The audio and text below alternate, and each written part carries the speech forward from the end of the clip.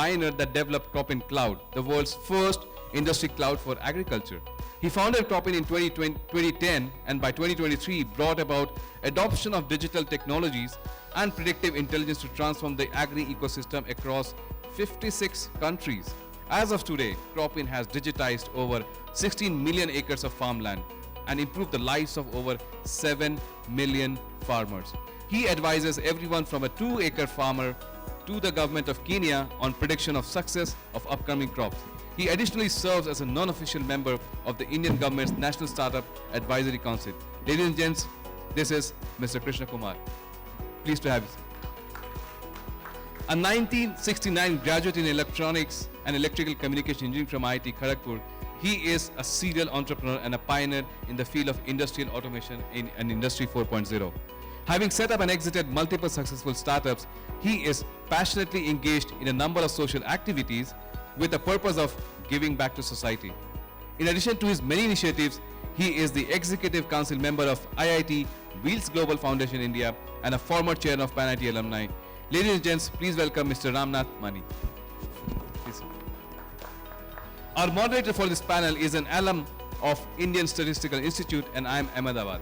He's a seasoned business leader and utilizes his skills to support social venture startups at his current role as a venture partner at Unitus. He founded Cital in 2002, which aims to improve learning outcomes at middle and lower tier schools. He currently also serves as the board for GyanPro, an organization aiming to promote scientific thinking among children. He was also a board member at Ants Consulting that has trained over 47,000 semi-literate youth and helped them find employment. Ladies and gents, please welcome Mr. KL Mukesh.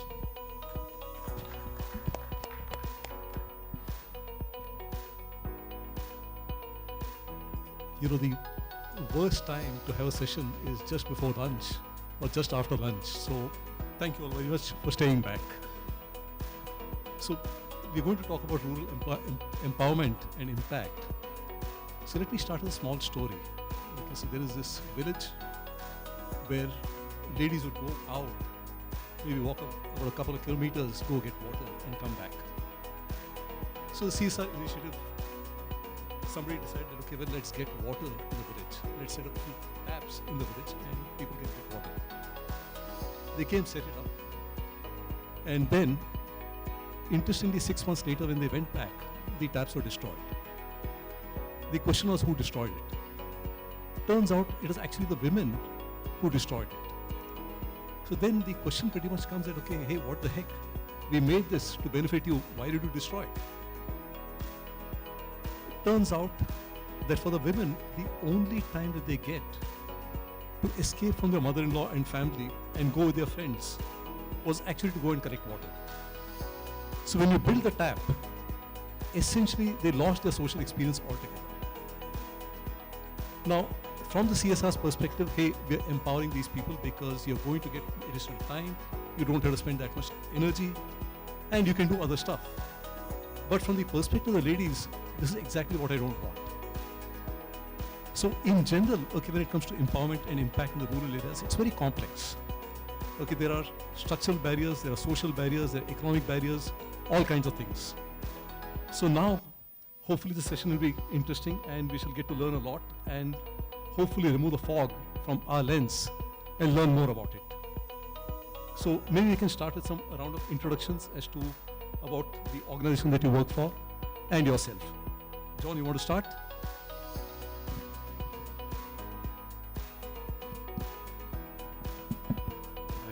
Thank you. I'm John. Like he said, thanks for staying back. It's lunch.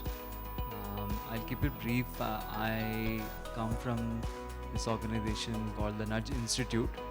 We are a non-profit organization working towards poverty alleviation. We primarily work on livelihoods and economic empowerment as a means to poverty alleviation.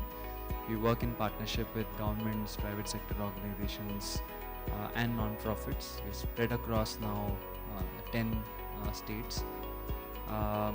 I, at the Nudge, lead our rural development programs, again spread across 7 different states, primarily in the north, working with the poorest rural households, specifically the women in those households, to increase their economic outcomes. Yeah, so I represent rural shores. Just like onshore, offshore, we said rural shore the jobs. So effectively our whole concept was, we saw all these boys, I'm not saying girls, boys, coming from all these villages to cities and taking a room, 4-5 of them, and then they spend all the income on travel, food, stay, and have nothing left to give it to their parents. They stay away from parents, they compete with the city bred kids, and they become diffident, get into all bad habits. Why did I say girls? Because girls, the parents don't even send them out, right? So we said the only solution is we go to the rural. Instead of urbanization, we said ruralization. So we go and set up a center in villages, recruit the boys and girls from that area, and train them, skill them, get jobs from our clients, and have these boys and girls deliver those jobs from their villages, each one servicing some 10-20 villages around, and deliver to the clients from there. So instead of delivering from Bombay, Gurgaon, or Bangalore, we deliver from villages. So that is the concept with which rural shores has started. Today, touchwood, we are growing 3,000 plus girls, 3,000 plus girls and boys are with us. Right.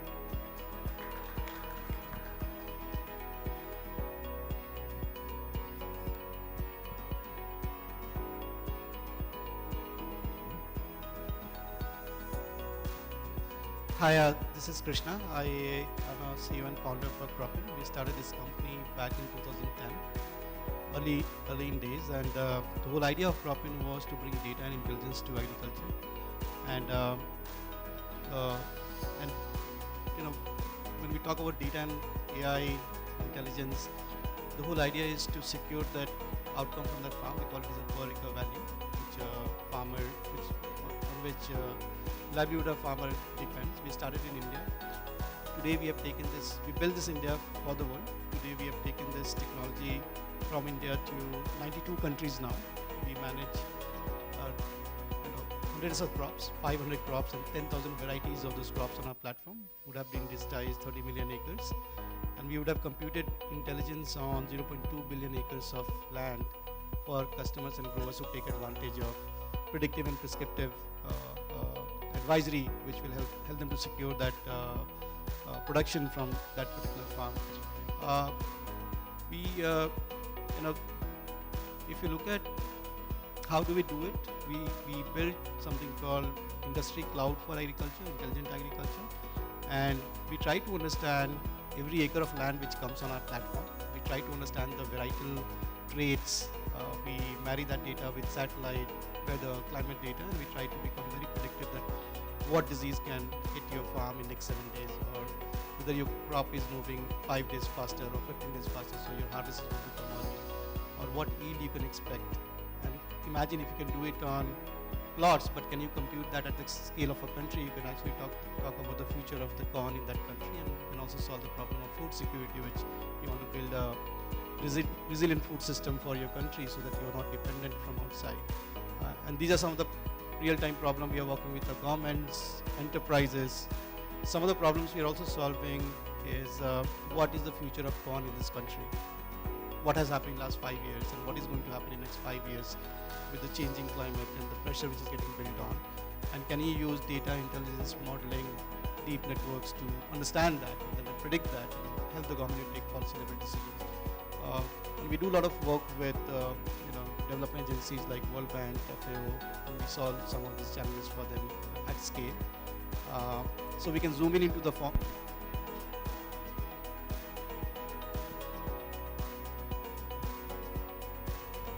So we can zoom into a farm and we understand that crop and help the farmer to become a better farmer and secure his production and livelihood. And we can zoom out to a country and we can help you to build a resilient food policy for next 5 years, crop by crop, right? So that's what we do in nutshell. We operate from Bangalore. We started this company from Bangalore, but we have offices in Netherlands and US because now we are not only we are helping the developing countries, but now US, LATAM, Europe are deploying this technology to solve their side of challenges as well. So that's what we do. Thank you so much.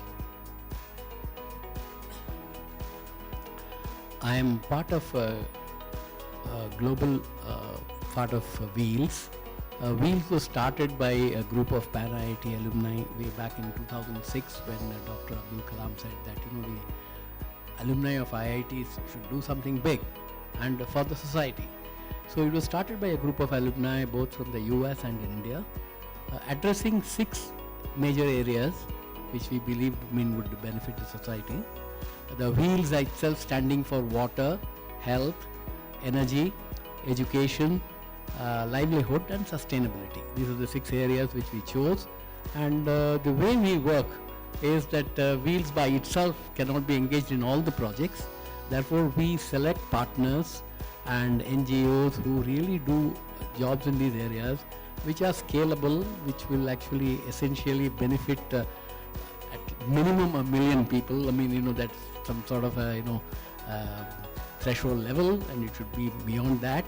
And therefore in 6 areas we work with many partners who are all in areas which are related with these 6 areas but are about to scale. We help them both by we are not a funding agency. Therefore, it's not that the only funding we do funding, but essentially we bring in technology, we bring the network of alumni all over the world, and we create a situation where we can help these NGOs grow beyond where they are, and essentially we are concentrated on rural transformation. At least 80% of the rural transformation. We believe we should be involved with that, and that's exactly what we do.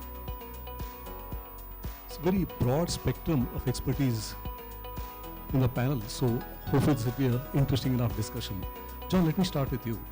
Now, obviously from a career trajectory standpoint, you've worked in consulting, I believe in amnesty as well, so which is activism, and now nudge. So you've gone through 3 different streams, and equally I'm pretty sure you work with Rohini Nirkani, you work with the societal thinking guys, so you'd be familiar with the Samaj Sarkar Bazaar paradigm. Tell me, what do you think about how these pillars all operate? What has been your experience, especially when it comes to the market failures, governance, all these things? Very important one, something that we wrestle with all the time at the Nudge. In my own world, if I narrow the problem statement down, in rural development, we work, we've grown up listening to this articulation of the Indian society as a pyramid, and then there is a fortune at the bottom of the pyramid. When I started working, I said, okay, re-educate yourself. The society is structured as a diamond with an inverted pyramid at the bottom, and then the poor themselves are classified as the poor, extreme poor and the ultra poor, and that these different segments are different in their characteristics and therefore deserve contextualized specific solutions. A cookie cutter approach will not work, and what that means in the context of the question that you've asked is that Samaj, Sarkar, Bazaar each have a different role to play in each of these 3 segments. So one of the programs that we run is for the poorest of the poor. Now there are many names these days world over: the poorest of the poor, the ultra poor, the hardcore poor. Essentially this is the bottom 5% of any rural community. These are communities that don't have access to water, access to PHCs, no assets, no land. 80-90% of their income comes from menial wage labor. So really for generations they've been in poverty, and there is no way of getting out. No networks, no social capital, no education. For this particular segment, it's very hard to see markets serving them because there is no effective demand. They cannot afford the services that market offers them. Therefore, they are not able to participate. So microfinance wouldn't lend to them. Your agri inputs and services, they don't really make use of it. And so on. Even government programs designed to serve at large scale is not reaching them by design. Uh, you know, I can go and say I will teach you a new method of agriculture, but they don't have land, nor are they, do they have access to water. So for this particular segment, in our understanding, there are only two. There is the Samaj, which is the civil society organizations, and then there is the Sarkar. But if you go one layer above, and this ultra poor category is a 30,000 rupee per year annual household income for the family size of 6 people. So there's very little, that they earn. 80% of their income goes to just food. So there's nothing that they can invest in empowering themselves. And then there is a layer above, think 60, 70, 80,000 rupees annual household income. They have some land, they do agriculture, not much to sell. It's not enough surplus, but they do sell. There is a role for all three. Greater role for civil society, governments, and of course limited roles for markets. In this particular segment, markets don't jump in immediately. Especially in rural areas, the customer acquisition cost is so high that the markets don't enter immediately. One needs to spend time collectivizing in high density groups, set up the base, set up the social infra, and the call it the livelihood activity to a point where there's enough incentive for a market player to come in and serve them. So the early part of the work needs to be done much like Mr. Kurian did, or many collectives are doing right now. The early part of the work needs to be done by civil society organizations and governments to create that effective demand, post which the markets will enter. Okay, there is enough density, I'll supply, I'll buy from here. It's viable for me to run my operations right now. Why would I burn my own capital to acquire customers and coach them for a period of 2 years, 3 years, 5 years? And then there is the layer above, which is ready to access. I mean, I'm not saying it's easy, but markets have a ready role to play. I mean, farmers who can buy tractors, for example, as an example. So they do participate in markets. They can benefit from all the wonders of what markets have created for rural societies. So if one looks at it segment by segment, and there are differing roles at different stages of their journey, the hope and our purpose would be to move the ultra poor to the poor segment, and the poor to the extreme poor to the poor segment, so that they can access more and more of the market services and government services, and be economically empowered. So that's one way that we look at the role of Samaj Sarkar Bazaar in rural areas. Specifically, you also have a graduation program, if I'm right. Yes. Can you just walk us through what the graduation program is? It's a very powerful program. Thanks for asking. It's one of the, there is this fund globally called Livelihood Impact Fund that is listed 10 interventions of all the interventions that we have done. 10 interventions that are truly high impact and are scalable. So it's an and question. There are many interventions that are high impact, but they're not all scalable. So one among them is graduation approach. The others in the list are cash transfers, spectacles, immediately increases the incomes of people, and so on. So graduation approach is a solution targeted at the bottommost 5%. Fundamentally, the solution is designed for a household that is low on confidence, low on social capital, low on knowledge. They don't have access to resources. In contrast, if you see, I'll come to graduation approach. In contrast, if you see, today there are a lot of direct benefit transfer schemes that give 1,000 rupees a month or 2,000 rupees a month. It helps, but for this household, what it means is that it's 2,000 rupees going into consumption. It goes up and then goes down, goes up and then goes down. If you ask them to start a livelihood activity with 2,000 rupees, they can't. Okay? A goat costs 5,000 rupees. The most basic of livelihood intervention. So, however, if you inject a significant amount of capital beyond a certain threshold, then these households will move from their lowest form of productivity to a higher form of productivity. and gains enough escape velocity to go to a new orbit of productivity.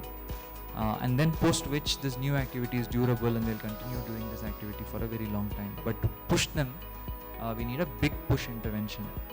Small injections of capital nudges, well, yeah, seem to not work. The other one that's most important is hand-holding and coaching.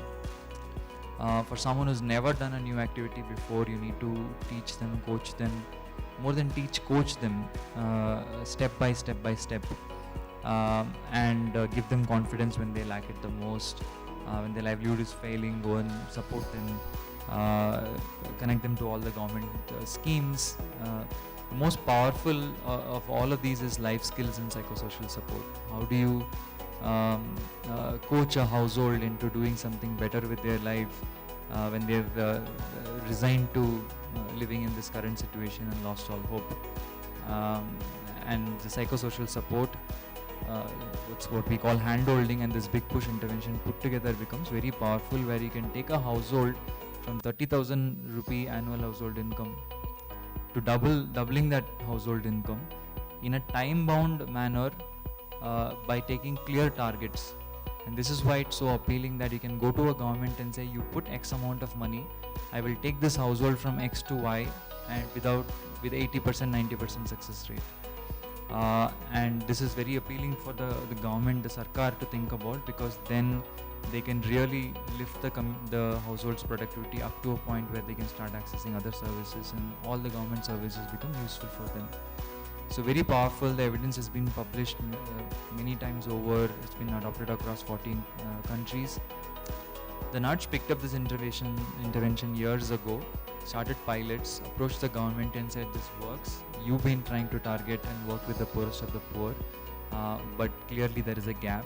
If you feel there is a gap, do you want to do something about it? The government said yes. And this journey over the last few years have gotten to a point where we went from 1,000 households to now about 200,000 households in a short span of 1.5 years. And we are working across now 7 states, 2 central ministries.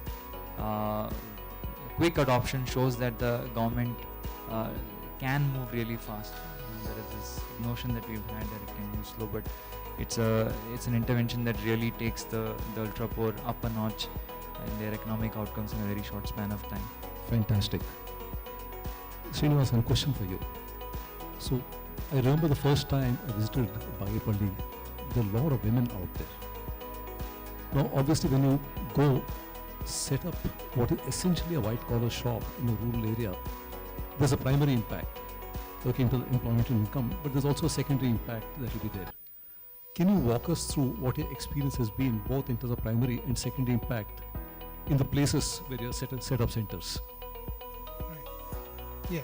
So, Bagepalli, as you mentioned, is actually the first center we started with, which is from 100 kilometers from Bangalore.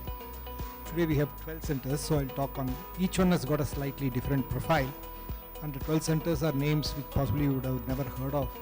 Uttaramerur, Tirthahalli, Bagepalli, Kopargaon, Davalgaon, Sausar, Sonari, Baitalpur, Jaleshwar, Biloda. These are the names where we have centers. And what happens in all these centers is to 3,000, so average is 100 people in a center to 500 people in some centers. So the primary impact, when you call of it, I would say the first impact is we are looking at social impact. So one is economic, yes, 100 people or 500 people in that village or 10 villages around get money and they are paid, we pay the full minimum wages, PF, everything. So they get a good income. If 100 people are there, something like 15 lakhs in a month is the money which flows into that economy. And in some places maybe 50 lakhs, 60 lakhs. Now that sort of a money, when it flows, it leads to secondary impact in terms of so many other services, starting from transport, starting from tea, coffee vendor, mobile charges, name it, suddenly everything comes. And then they start acquiring assets which are useful for the house. The girls, there is an article written where the girl, one of the New York Times reporter, she came she said, can I go with the girl to the village? We said yes, and she went and found. When the girl walks with the tag, because we give the tag for biometric entry, she carries it to the home, to the village, and all the other kids, they come and look at her as if she is a role model, and people come to her house. She became a star in that small village, and the parents told her, now we'll also send our girls to study because we know they can get a job nearby. That's what I would say is the real impact. Economically, of course, a lot of things, some of the centers like Davalgaon, what it was 10 years back, and now you see a whole lot of development there, just like that. All because of one center. Normally in all these places where we are the largest employer. So Fantastic. that makes a big difference. So, Krishna, Kumar, question for you. Obviously, your journey is extraordinary. I can't think of any agri startup that has scaled to this extent in such a short span. Now, question for you. Obviously, you deal with a lot of diversity, so many countries, so many different types of products, so many different types of farms. Can you walk us through the challenges of diversity that you encounter? And how really do you, and the problem set itself, and how really do you go about solving it? So, people ask me, how do you started the AgTech, right? You have a background in agriculture, and I always say that my grandfather was a farmer, but I don't know. I grew up in cities. I never knew why they migrated to cities. My father came to cities, and I got education. I become an engineer, and then I was working with GE. And I tell people that it was more of a EQ decision than an IQ decision I took that point in time. I didn't understood the complexity in agriculture. I thought I'm one of the best guys. I'm an engineer. I'm growing fast in GE.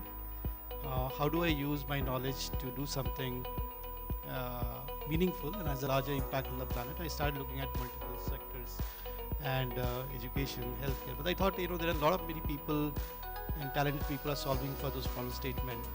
At the same time, there was news in the country that farmers there are suicides because of the debt trap and because of the crop losses. And there was a World Bank report I was reading. And I said, it's shame on us that we are sitting in Bangalore and somebody has to throw his crop in Chikbalapur because nobody is picking that tomato because the price has crashed to 30 paise per kg and the cost of production is much higher than that. I don't know whether there is a political reason behind that or there is an actual reason, but it intrigued me that we are sitting in a Silicon Valley. I never bought tomato less than 10 rupees in Bangalore or 8 rupees. Right? It's very rarely we get that, why somebody is not able to pay. And I said, this is a problem. I felt that, that time, 10, 13 years back, I should jump and I should go and solve these problems. I will solve all the problems by building a platform. But I realized it's a very, very complex industry. It's a very scientific industry. A lot of people think that what technology had to do with something as basic as agriculture. But let me tell you, there's a lot of science goes behind it. I coming from background from GE where we use a lot of data, Six Sigma, Lean Six Sigma to improve process or make a farm, a factory productive. But if you look at every farm is a factory, right? It's producing something, and there is a science behind that. And the question you asked me, the complexity and diversity. Diversity, yes. Right? Every crop is very different and react very differently when it changes, climatic conditions, soil, country, right? So the way the potato grows in Maharashtra, Punjab, UP, and the varieties, the way they react to the environment is different. But you take that potato, if you go and look at potato in US, Canada, Africa, they will have a very different behavior, or the practices are very, very different. The cultivars are very, very different. Very early we realized we chose to work with the large enterprises, by design, because we wanted to play the tech role. And we got a lot of learning that, every time they're asking us to customize when we are going to from one crop to another crop or one country to another country, because we have to adapt the localization. And we said very quickly next 6 to 8 months that we have to be crop agnostic, location agnostic. That means you need to build a layer of a knowledge graph at the bottom when you are interacting with different crops, and that knowledge graph should help you to take this technology to any country on any crop. Right? Today that is missing. When I started this journey, and I'm talking about the top-notch companies in this industry, they were on pen and paper, they were on calls, they used to go to, one of the guys told us that, whole day my agronomist works in the field, then they go to the cyber cafe in the evening, they prepare Excel sheets, and they go headquarters, and that is happening across all the area where they're working. Somebody collates that, builds some forecast of production that is 30 to 40% off, then actually what they will get at the end of this, in the season. That was a state. Now imagine every season we are losing that knowledge. Because then we move to the next season, then the economics move to the other country. And some data is sitting in some silos. So how do you build this knowledge? The first challenge we had was to build the ontology of agriculture. What data is important? How do you structure that? How do you keep it ready to mine it tomorrow or build intelligence on top of it? And we didn't have any parallel to go and see and say, okay, there is something existing and I need to replicate or make it better. We have to do from 0 to 1 transition, right? So while we were working with this industry, we were building our own hypothesis that what it means, data and intelligence in agriculture. When we discussed in Jharkhand, there was 2,000 varieties of 14,000 variety of rice, and we are now growing only 10, right? Yeah. How do you build? That's called the knowledge graph. Do you have that knowledge graph 1400 varieties, how they react, and if somebody grows that variety, does your model understand that variety or contextualize to that variety, right? I and you may go to Himachal, I can catch cold, you may not, because my tolerance is very different. So same, you can't have a model. When I make it very simple. If I'm growing 2 different varieties of potato in MP or Jharkhand, I can't run the same model. But then I can't build models for 2,000 varieties. What is a framework? How do you build those deep learning, transfer learning capability so that if you have to deploy that in 2,000 varieties, can you do that in 2 weeks? Is there a framework to scale? Right? Today we have deployed this. We work in 92 countries, 500 crops, 10,000 varieties. And can I deploy that in 2 weeks? All this intelligence which we are talking about, right? And that's the scale. You can run a POC on some varieties and it will work, but take that model to the next neighboring state, it will fail. Because it has not been contextualized, not seen those scenarios. So those are the things we built for the scale, and we were lucky that our customers were working in multiple countries. So they very quickly took us to Africa, to Southeast Asia, somewhere in Europe, somewhere in Latam. Today, we are sitting on the world's largest data sets. I don't think any government, any enterprise, or any startup will have such a diverse data sets from different part of the world. And to train the models and then create versions of models very, very quickly to contextualize to the variety which the farmer is growing, and ensuring that his crop doesn't fail, what risks are approaching, and modeling that out. I think we are still scratching the surface. We have taken 13 years, and I think there are a lot of work has to be done. Fantastic.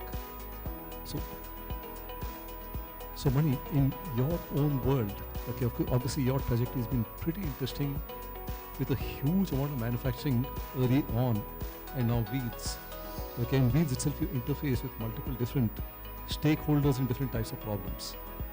Have you come across cases where, let's say, 2 different interrelated problems, you go over there, it has a multiplier effect? So to give you an example, let's say if you take health and livelihood, obviously anything that happens on health impacts livelihood. So what's the model like? Do you take a health organization and a livelihood organization, get them to work together, or do they work in silos? What has been your experience? The whole idea of this terminology wheels, which covers, as I said, water, health, energy, education, livelihood and sustainability. They are all interconnected. And especially looking at it from a purely rural angle, not even an urban angle, a rural angle, it's totally interconnected. You can't have one without the other. If you have to bring in a sustained growth in these areas and alleviate the people from what level they are in to a much higher level. So obviously, the idea behind this, we really select partners who are specialists in one area, and they operate in that particular area. For instance, in Himachal, we are working with an NGO which is doing regeneration of water in an area where it's hilly, the terrain is pretty bad, and we are able to regenerate the water source. Similarly, we do a lot of, well boring in areas where, the water levels have all completely gone down. These are all using some technologies. Similarly, in the case of energy, for instance, we have something called a RooCart. We are working with an organization which uses basically a creative design, material science, and to some extent water, without the use of electricity or battery, to create a refrigerated source for, let's say, food. We call it the sub-Z cooler. So then if you go to health, of course, we have got telemedicine centers, telehealth centers, which connects rural to the city doctors, hospitals, town hospitals, etc. We do similarly, we have got dispensers in a lot of villages where we are actually benefiting something like 46 million women for sanitary pads. So if you take, and then for children in the livelihood area, we are doing a smart village in a place called Araveli, where it encompasses practically all these areas, all the areas that we talked about. Then we do eco schools where we are educating children from the age of from class 6 to 10 on eco education, climate change, fauna, natural birds, etc., to bring them to know what is the effect of the climate change and etc. that will happen to society as such, and we bring them on more or less. We set up what is known as a green center, and around that schools, and then we have a lab there, and the children go there. And so this is going to mean, we are doing a pilot in Siruseri in Chennai, but we are going to take it across to at least 1 million children.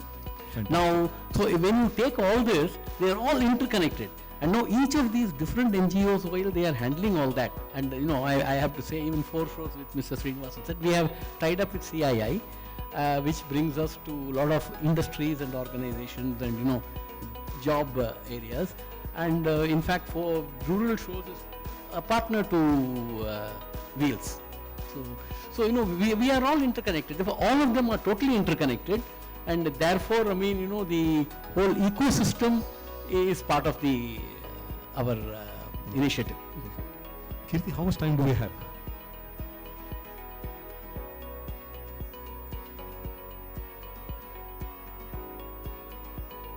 12 minutes. Okay, so let me go with one question for them and one question for the audience. So anybody can pick this one. If you're to double or triple or multiply by 10, what are your barriers to scale? Is it technology, talent, capital, ecosystem? What is it?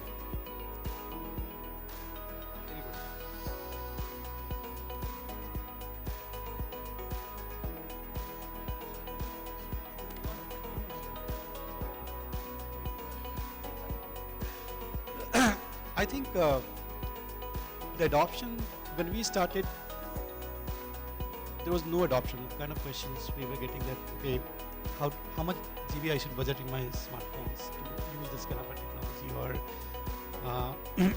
or will my people able to use this kind of a technology? Right? I think there are a couple of answers to this.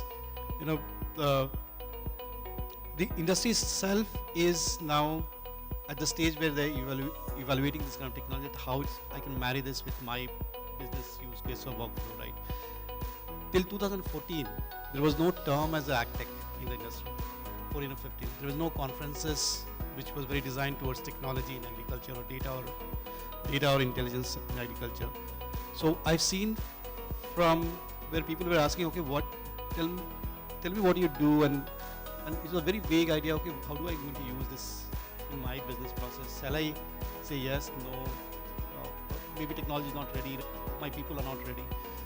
I think I'm seeing this transition today in last 2-3 years, that they have their own thesis built internally within their organization, that this is going to be very important. Climate change and impact on agriculture is real now on the ground. Technology is ready to get adopted, and I see that pace increasing. Right? So question pretty much is, so right now I think you're working with about 0.2 billion acres of land. So let's say if that 0.2 needs to get to 0.6, what are the barriers that you'll encounter? I see agriculture, this industry is a slow adopter, right? But I see we are sitting at the inflection point, and I'll able to answer this question next 2 to 3 years, because I believe from this juncture it has to be exponential. I may be wrong, based on the kind of interaction I'm having in different part of the world and the kind of adoption I'm seeing. Still lot need to happen, but I can see the pull not only from the industry side, but also all the participants like banks or retails or growers who themselves want. They are very getting well versed with this some technology and intelligence. There is ask is also increasing, right? Fantastic. Yeah. So Fantastic. I think from here it has to go upward. I Lovely. don't see going south. Yeah. Same question. Anybody? And the world that we are in, with government being heavily involved in any last mile service delivery, what we've realized is that in India, funds are not a problem. We're a very rich country with a large poor population. So we've been able to also see that we've been able to get governments to commit to large scale schemes, special programs. So there is political will and bureaucratic will to make that happen. So that I don't see as a big barrier. The biggest barrier is how do you implement with quality last mile? What can technology do to enable that last mile? Because million billion times zero is still zero. Government will very rarely shut down a popular scheme or a program. As long as it's politically viable, they'll continue to do it, even with poor quality. So how do we ensure quality implementation on the ground, and what are the best practices that we can learn from the private sector, from all kinds of sectors, and bring that into the rural development world? So the simplest example is the real magic of the graduation program is in agency building. How do you build confidence in that woman in a really, really poor household? Now, how do you scale that? How do you scale coaching? Very interesting problem statement for technology to come and play its own role. It can't entirely replace people, but one can think very creatively at scale. So that to me is a barrier, quality of implementation at scale.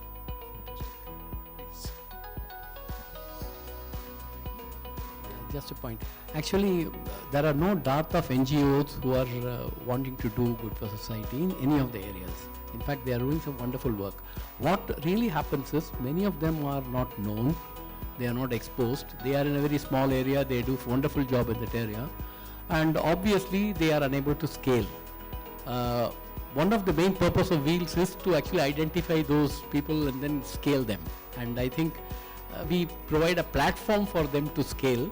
And if they are, really, interested and want to work, we are there to provide the technology, part of funding, part of networking, part of a very large market for their social enterprises, etc. Therefore, I think there is no limit to this. It's a question of how much effort we can put into it. Perfect. I think we're running out of time, so I'll just take a couple of minutes and summarize. So one thing's for sure, if you take a look at the spectrum, with John, it's very, very human intensive. It's also a very different set of constraints at the bottom of the pyramid. And when I take a look at Krishna Kumar, where there's a huge amount of technology, the ability to grow is much bigger. Of course, the nature of problems is different, the nature of solutions is very different. This will give you an idea as to when you really talk about rural empowerment and impact, it's not that straightforward. It's very, very diverse. To close, what I would really say is people who are interested in this particular space, you may want to take a look at some models. So for example, one of the things that I work on as well is societal thinking. And if you go to the website, you will find a range of organizations working on solutions that scale. And there's also a framework on how to scale. And you'll also see a course of that on Udemy. You might want to take a look at that.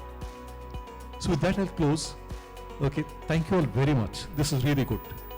And thank you very much for being patient listeners.